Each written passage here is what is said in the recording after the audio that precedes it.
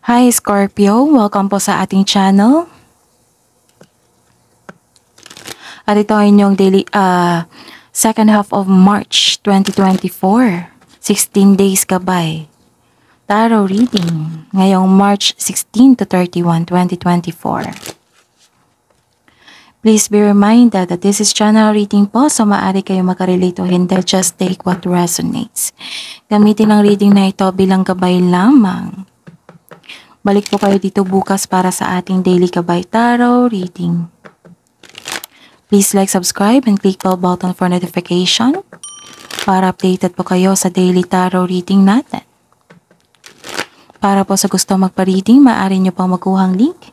Nasa description box po ito. Message nyo lang po ako sa messenger. Maraming salamat po.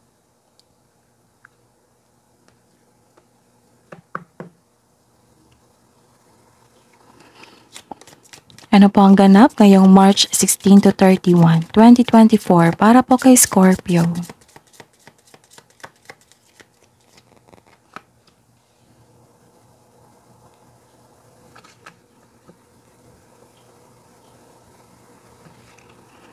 Ano pa po ang ganap?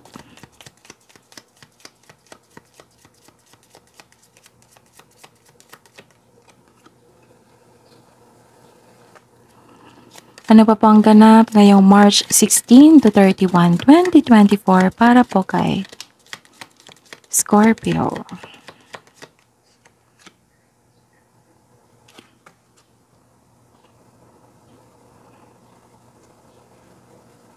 Kuha muna tayo ng mensahe.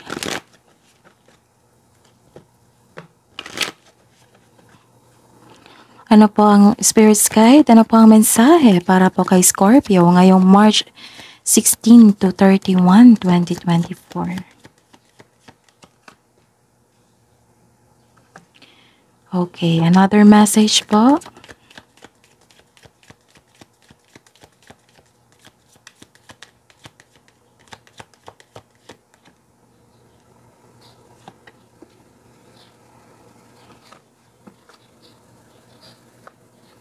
Okay.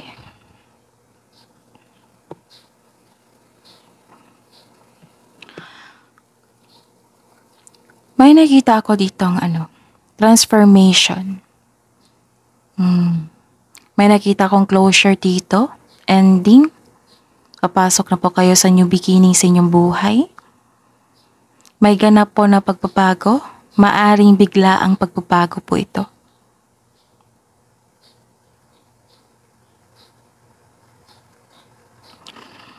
Nahihirapan kayong mag-let go sa mga nangyari sa nararamdaman mo ngayon.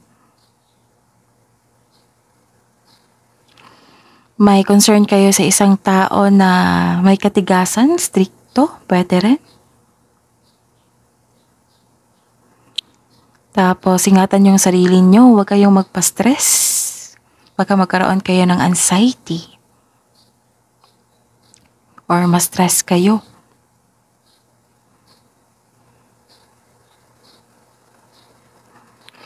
May nakita ako ditong, this is your emotions. Kailangan mo makawala dyan. Kasi nakita ko dito na nahihirapan ka sa pag-let go. Pwedeng recording ito sa inyong buhay pag-ibig. May nakita ako ditong bagong tao. Kasi may nakita kong romance dito, affection, attraction. This is, may ganap na nagbo-bloom yung buhay pag-ibig. May pagbabago talaga. Maaaring may concern kayo sa education. May nakita ako dito na isang documents, mahalagang document na pinaprocess nyo. Sa isang malaking building, pwedeng sa school, sa university, sa church, sa government agency. May nakita ako ditong some of you malungkot kasi nagkaroon ng separation, longing, may na-miss kayo. Hindi kayo, nagkaroon kayo ng gap kasi nagkaroon ng ego, tampuhan. And may concern kayo regarding sa restriction. And ang advice po dito, message po, para sa inyo, keep going forward. Take these challenges as your learning journey. Kasi dyan kayo magkaroon ng learning, growth. Don't take this as negativity. Don't take this as negative. Pero kailangan yung kung emotion nyo ito na nakakulong kayo sa inyong iniisip, yung mabibigat na pakiramdam ngayon, kailangan nyong makawala dyan. And sabi po dito, may dumating na opportunity sa inyo. Kailangan ng action dito. Connect to your intuition also kasi ito yung magagabay sa inyo sa tamang path, sa tamang daan patungo sa success. Kailangan nyo ng action kasi may nakita kong hope and healing dito.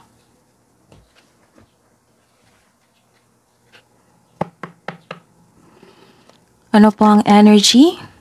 Lumabas agad. Kunin natin to. Clarification po sa energy ni Scorpio. Clarification po sa card na ito.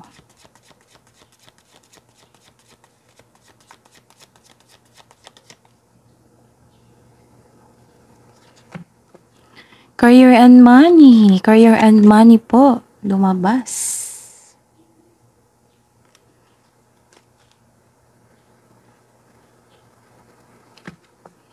Clarification po sa card na ito.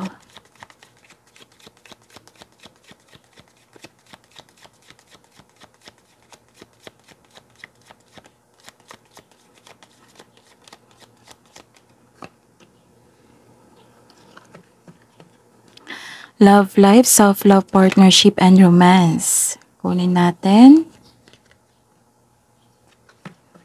Clarification po sa card na ito.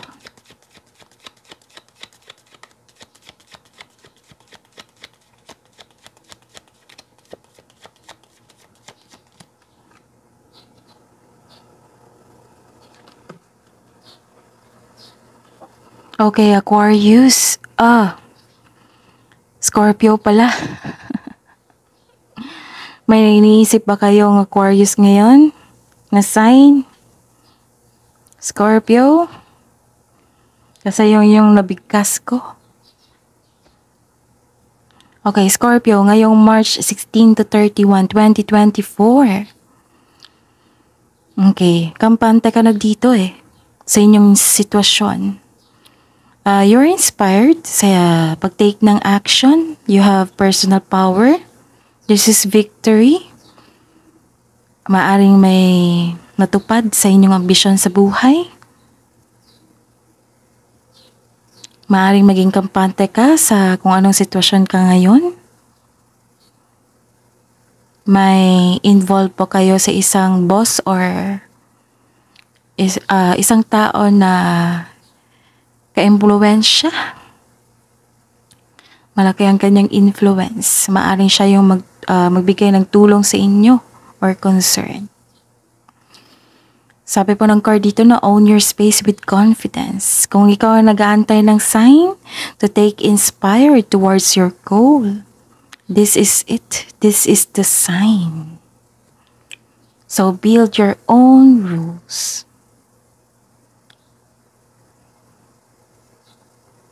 May nasunod dito na desisyon or plano mo nasunod.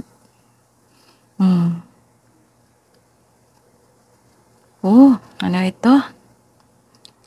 May iniisip kayo na mas nangyari sa nakaraan, sa mga nangyari na.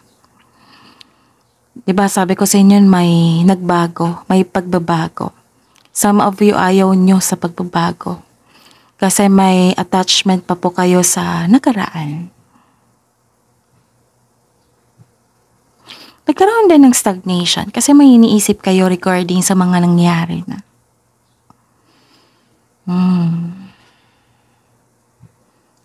Parang napilitan lang kayo sa pag-move forward, ganun. Some of you nilalaban yung pagbabago dito. And some of you natatakot sa changes. Kasi ayaw nyo pang mag-move on. Na hindi kasama yun, na hindi may attachment pa kayo, unhealthy attachment pa kayo sa nakaraan. Baka kailangan yung ma-resolve yun. And some of you gustong bumalik sa nakaraan. Masakit talaga ang ending. Nakikita ko yung anxiety niyo dito and stress. Hindi mo na alam kung bakit ito nangyari. Ending the situation means new opportunities coming. A new beginning. It may be uncomfortable, pero this card tells you na let go and trust the universe and yourself. Kumbaga, swift change brings you new beginnings. Malay mo sa pag-move forward nyo, magiging okay na yung past nyo. Na may nakita naman akong healing dito. Malay nyo, sa pagkakaroon ng space, magiging okay na kayo. Mas maging masaya kayo sa pagbabago na ito. So, give chance to yourself. Bigyan mo ng chance ang inyong sarili. Yakapin ang pagbabago. Nakikita ko dito na nagpahinga ka. Nagkaroon ng maaring nagplano kayo na magbakasyon. Kasi stress ka eh. Pagod ka sa trabaho, sa kakaisip rin. May plano kayong magbakasyon. Or some of you nagbakasyon na ngayon. Ang pagpahinga ay nakakabigay ng increased productivity and a healthier mental state. So, kailangan nyo talagang magpahinga.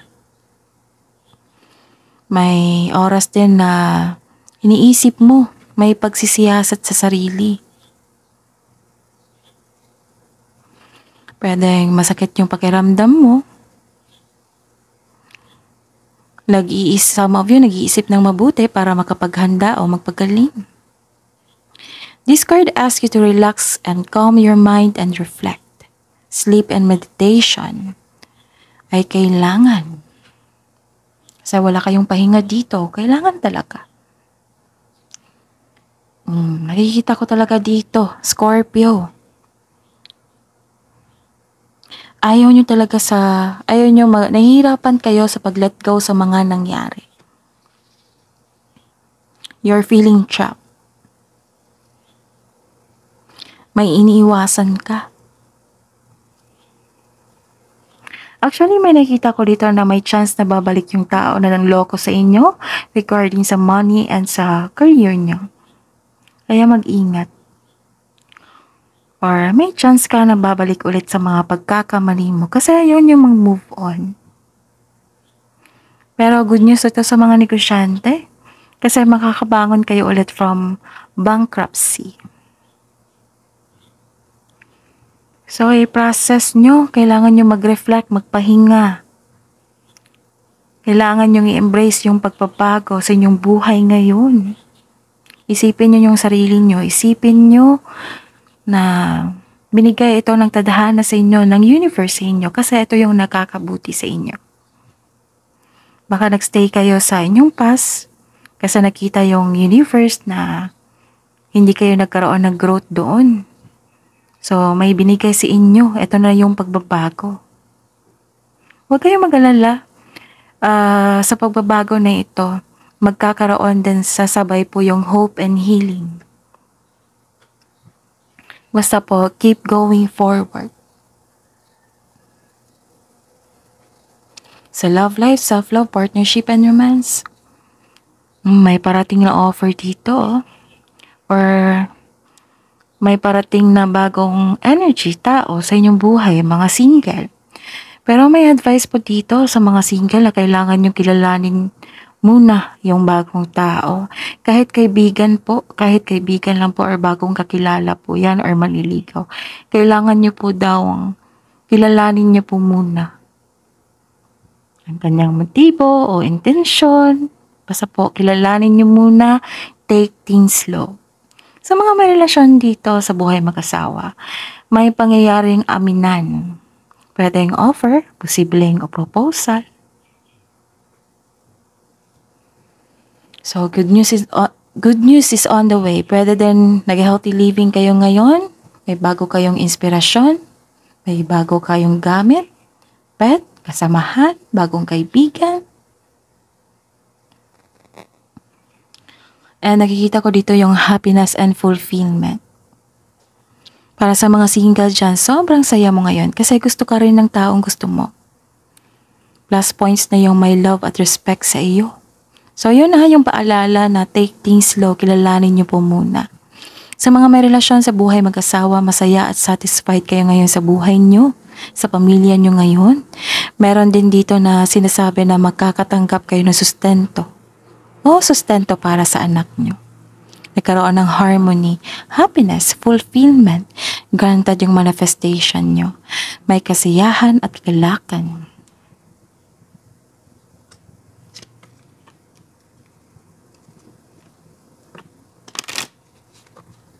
Hingi po tayo ng advice.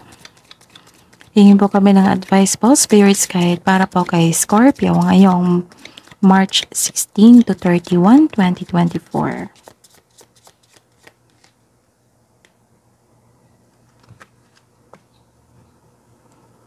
Whatever you seek, your tenacity and faith will be paying off. Trust yourself. Have faith sa universe. Trust your intuition also.